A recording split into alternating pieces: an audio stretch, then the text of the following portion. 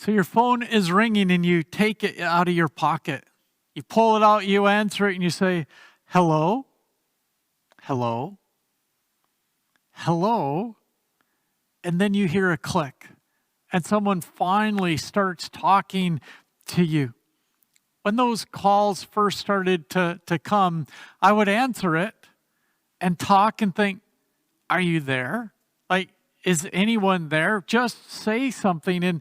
And now they just feel annoying to me. And I actually, if I see it and I do that, I just disconnect right away and think, I probably don't want what you're selling to me anyway. And sometimes that's the way it feels with God too. We said yes to Jesus and took the call, so to speak, and now it feels like God isn't there, not connected. I mean, what's going on, God? You're silent, you're quiet. I want to hear from you, and yet it seems like you're just so awfully quiet. I think Abram felt that way in his journey of faith as well. It's one reason why I actually like looking at biblical characters, because they're so easy to connect with, because they're just like us, and it helps us understand their relationship with God and God's relationship with them and with us. It's so relevant for our lives. As we move in this series about Abram and God on the move, Genesis 12 starts with God's call of Abram, and Abram says yes. And then there's this drought in the land, and Abram goes to Egypt to get away from the drought, and yet it seems like he left his connection with God in Canaan. And then chapter 13, he comes back into Bethel and reconnects with God. In chapter 14 is when he runs after Lot and rescues him from the kings who had taken him and all of his possessions. And so Abram goes and rescues Lot and his possessions as a different man, now connected with God in a different way because of what he learned about himself in Egypt. And now it's been about 8 years since God's call and promise to Abram that he's going to make him a great nation. 8 years in Abram's mind of an unkept promise. 8 years of silence from God, really. And Abram's thinking, where are you? What's going on? And so today we're in chapter 15. And God breaks his silence. He breaks his silence and gets into a dialogue of words and actions with Abram. And we're going to start there. So I want to read verses 1 through 6 so that we know what we're talking about today. It says this: After this, the word of the Lord came to Abram in a vision. Do not be afraid, Abram. I am your shield, your very great reward. But Abram said, Sovereign Lord, what can you give me since I remain childless, and the one who will inherit my estate is Eleazar of Damascus? And Abram said, You have given me no children, and so a servant in my household will be my heir. Then the word of the Lord came to him, This man will not be your heir, but a son who is your own flesh and blood will be your heir. He took him outside and said, Look up at the sky and count the stars, if indeed you can count them. And then he said to him, So shall your offspring be. Abram believed the Lord, and he credited it to him as righteousness. Verse 1 is a transition verse tying the past to the future. The past is Abram going to battle to rescue Lot and conquering these 4 kings.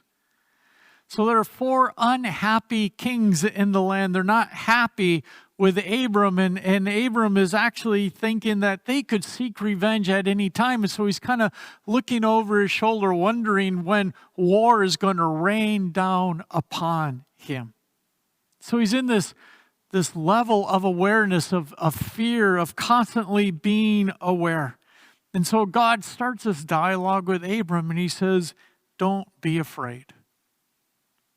It's the first time that God speaks those reassuring words, but he also speaks them again to Isaac and to Jacob, and many times to the children of Israel. And when I read that, I wondered actually, how many times does God say, do not be afraid or fear not in the Bible? So I learned there are 81 times that God says, do not be afraid. And 82 times that he says, fear not. So 163 times in scriptures, God addresses fear. Plus, there are many other ways that he addresses fear. But I think it tells me that he knows fear is going to be a big deal in our human experience. See, God's way of connecting with Abram's fear was to remind him of who he was. He says, I am your shield and your very great reward. God's I am is more powerful than people's I am not. Our life is only as big as our faith, and our faith is only as big as our God. A shield is a tool of battle. God says, don't live fearful. He's basically saying, I am your protection. That declaration dealt with the past that Abraham had in the war in conquering people. That dealt with the past and his fear. And God is saying, don't be focused on the past. We need to hold on to that realization. We get stuck in the past so many times. God's saying, let's not get stuck in the past. He's a God who leads to the future. He doesn't want us to dwell in the past. We can't change the past. We can trust him for the past as he builds us for the future. So Abram hears different words. God says, don't be afraid. I'm your shield, but he says, I am your very great reward. And that is the future that Abram hears. And so Abram actually takes this opportunity to share with God the deep hurt in his heart. Verse 2, Abram said, Sovereign Lord, what can you give me since I am childless, and the one who will inherit my estate is Eleazar of Damascus? And Abram said, you have given me no children, so a servant in my household will be my heir. And my paraphrase of that is, God, you promised a great nation, but all you've given me is a servant. I have no children, and that's my greatest fear. I thought when you said you were going to make a great nation out of me, that it'd be more than a servant, that it'd be my own flesh and blood. God, I'm feeling let down by you. I'm feeling let down, and I'm in a really dark time because you, God, haven't given me an heir. I read that and I think about that. I think Abram didn't just question God. He actually blamed God. God, it's your fault. It's your fault that I'm here. You promised and you can't deliver. It's been 8 years, God, and nothing. You seem to be doing nothing, God. And Abram and Sarah, they're just getting older and older, and time is running out. That sounds kind of familiar, doesn't it? It's quiet. God, where are you? You're not saying anything. It feels like you're not even there. You're not giving me the things that you promised. But actually, that's just from our perspective. You see, one of the basic lessons that we struggle to grasp is that God's will is fulfilled in God's way and in God's time. God didn't expect Abram to figure out how to have an heir. All he asked of Abram that he would be available so that God could accomplish his purpose. What Abram didn't realize, because he didn't know the whole story, and we don't have the whole story, and so we don't realize a lot of things, but what Abram didn't realize that was God was actually waiting for them to be physically as good as dead, according to Hebrews 11, so that God would be glorified and honored when a son was born. It's important that we share our concern with God. Even if it seems like we're expressing unbelief or impatience or even blaming God, God isn't deaf to our feelings and to our questions. He's concerned about how we feel. Do you notice he didn't rebuke Abram for speaking his perspective, even as blame? Instead, actually, God restated the promise. And he added to it, he took action to pour into Abram's heart a deeper certainty, a deeper faith. So moving forward, God spoke, Abraham replied, and then God spoke again. Abram, the promise will be your flesh and blood. Don't mistake my promise as what God said. You don't need to come up with some culturally acceptable answer. You see, it's my plan, Abram, so let me do it my way. Abram may have felt that God was inactive, that God wasn't there, but just because Abram felt like God wasn't involved doesn't make it true. And God clarified the promise. And then he took Abram outside and he gave him a specific picture, a picture that he would see every day unless it was cloudy. Then he wouldn't see it, but God took him outside. He says, look at the stars. Count them. Oh, you probably can't. I love being outside. I like being outside in the dark and looking up.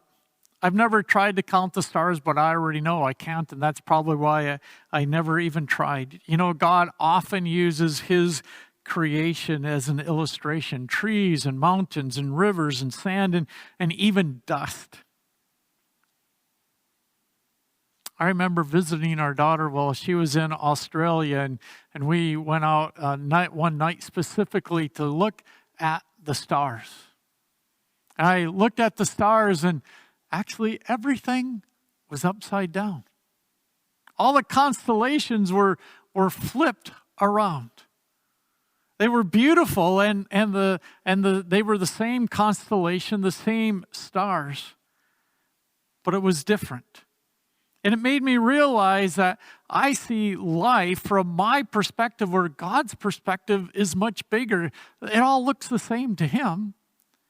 But I'm so used to my northern hemisphere perspective that that's how I see the stars in the constellation. I'm in the southern hemisphere. It looks completely different. And my perspective becomes actually a barrier to God's bigger perspective. See, God replied to Abraham's logical conclusion. Abraham's conclusion was that God wasn't fulfilling his promise, but it wasn't true. Actually, the promise was completely intact. God, in some way, was saying, Abram, don't go down the road of coming up with your own solution. Trust me. And actually, Abram did. He took God at his illustration of a nation, and he said, I believe. And verse 6 says it was counted to him as righteousness. You see, belief gets credited in God's heavenly account because it demonstrated Abram's faith in God and faith in what God was doing. But Abram wasn't all there quite yet. He says, okay, God, I believe you'll give me my own flesh and blood heir. And then God reminded him, it's not just an heir, but I'm also going to give you this land that you're seeing to possess. And Abram, maybe a bit uncertain, I think a bit uncertain, says, how will I know that? It wasn't because he didn't believe God, but I think he did believe, only needed some reassurance, which is often where we are too. You see, Abram knows the land and he knows the people of the land. He just went to battle and overcame and conquered 4 kings, just 4 out of all the kings that were there. Yes, he won, but there were a whole lot more battles that would happen if his offspring was going to take possession of the land. And Abram couldn't envision how that happening. One child, one son was not enough to conquer a land. And actually, that event takes us one step closer, one step farther into the future, a distant future, actually. But God heard Abram's need, and he made a covenant. See, verses 9 to 17 is known as cutting a covenant. The solemn ritual involved the death of animals and the binding of people to a promise. And the people would make a covenant with each other by sacrificing these animals, splitting them in half and separating them. And then what they would do is that they would walk between the two, and it was a physical promise, a covenant that was made. And each person who was entering into this agreement walked through those sacrificed animals. And the idea was basically saying that if I do not keep my word, if I do not follow the agreement that we made, that I would be as good as dead in these animals, that I would fall into the same fate. That was the practice of the day. But Abram's experience was a bit different. He killed the animals, he laid them on the ground, and he spent the rest of the day shooing away the birds that were coming in that were drawn to the flesh and blood. And then when the sun went down, Abram fell into this deep, dark sleep. And there God appeared and he spoke to him. And then God implemented a twist to this normal practice. It was a huge twist. It's not a little twist. It's a big twist. Only one of the participants walked through the parted animals, the divided animals. Genesis 15:17, it says, when the sun had set and darkness had fallen, a smoking fire pot with a blazing torch appeared and passed between the pieces. You see, it was God who made promises to Abraham, not Abraham making promises to God. It was one-sided. There was no condition attached to Abraham. You see, this is a covenant of grace that came from the generous heart of God. It's all based on God. This covenant had nothing based on what Abram could do, would do, was able to do, or any promise that Abram made. That's big stuff. God was going to give his offspring the land. That was true, but God didn't promise that it would be an easy journey. You see, in the midst of all of this, he actually said something just the opposite. So many times we think when God makes a promise that it's going to be an easy journey, but it's not. And here's an illustration. Abram had already been waiting 8 years, remember? There was no heir. And he thought, God's silent. God's doing nothing. And God is saying, no, that's not quite true. And next Sunday, we're going to see what happens when we get to the next chapter, to chapter 16. But look and listen to verses 13 and 14. It says, and the Lord said to him, know for certain that for 400 years your descendants will be strangers in a country not their own, and that they will be enslaved and mistreated there, but I will punish the nation they serve as slaves, and afterward they will come out with great possessions. 400 years, Abram's descendants would be slaves and mistreated. 400 years. Now, we know, looking back, that this was their time in Egypt, that Joseph actually brought them in to protect them during a severe famine. He brought them in, put them in the land of Goshen. Then the Egyptians got afraid of them because they were having so many babies. They were getting so big and so populated that they enslaved them.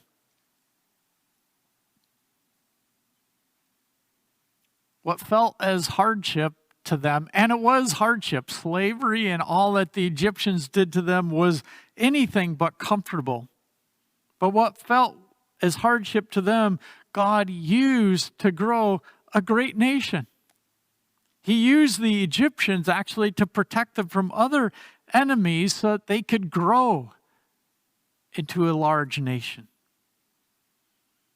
And God was also allowing the Amorites time, it says. It says sin was there, but not in full measure, and he was giving them time. God was being gracious to the Amorites, just like if you read Jonah, what God was with the Ninevites. He was giving them time to change their ways. You see, I think this whole chapter is an event of grace. God spoke words of comfort and reassurance to a fearful Abram. Abram was feeling forgotten, no child. But God in his grace said, no, you're not forgotten. There is a child coming. And he gave Abram a clear picture that he would see every day. The heir will be your offspring, will be your flesh and blood, and they will not be able to be counted. You see, God didn't have to take Abram out and say, it is your own flesh and blood, and here's the stars, and here's a covenant that I'm making. He didn't have to do all those things, but God graciously kept reassuring Abram. He didn't have to do any of that. He had already made the promise, and he knew what he was doing. It's Abram that didn't know what was going on, so God graciously reached into Abraham's life. He actually gave him a one-sided agreement. Abram, you might mess up, you might do all this, but I'm still going to keep my promise. So what can we learn? That God is active and involved. He is being gracious in ways when we probably come to the wrong conclusion or think that he's quiet or think that he's left us. He's not connected to us. In this case, grace looked like no answer, like no error. That was a time of grace, actually. Grace looked like pain for his offspring, 400 years of slavery. Grace was there all the time when he believed God wasn't involved. In this case, grace was like that. Even for the sinful Amorites, God was being gracious to that nation as well, trying to give them time to turn from their sin. You see, God is not fast to anger and punishment. He is a gracious God. He does things not because he's bound to, but because he chooses to. He isn't bound to give more than the promise, but because he is gracious, he did it for Abraham and he does it for us too. Just go out, look up at a cloudless night and be reminded of God's incredible grace in our lives. And oh, by the way, last week I said that our faith grows in the uncomfortable place. I think one of the biggest places of discomfort for us is when we think God is quiet. And actually is a place where we can grow greater faith and trust in him.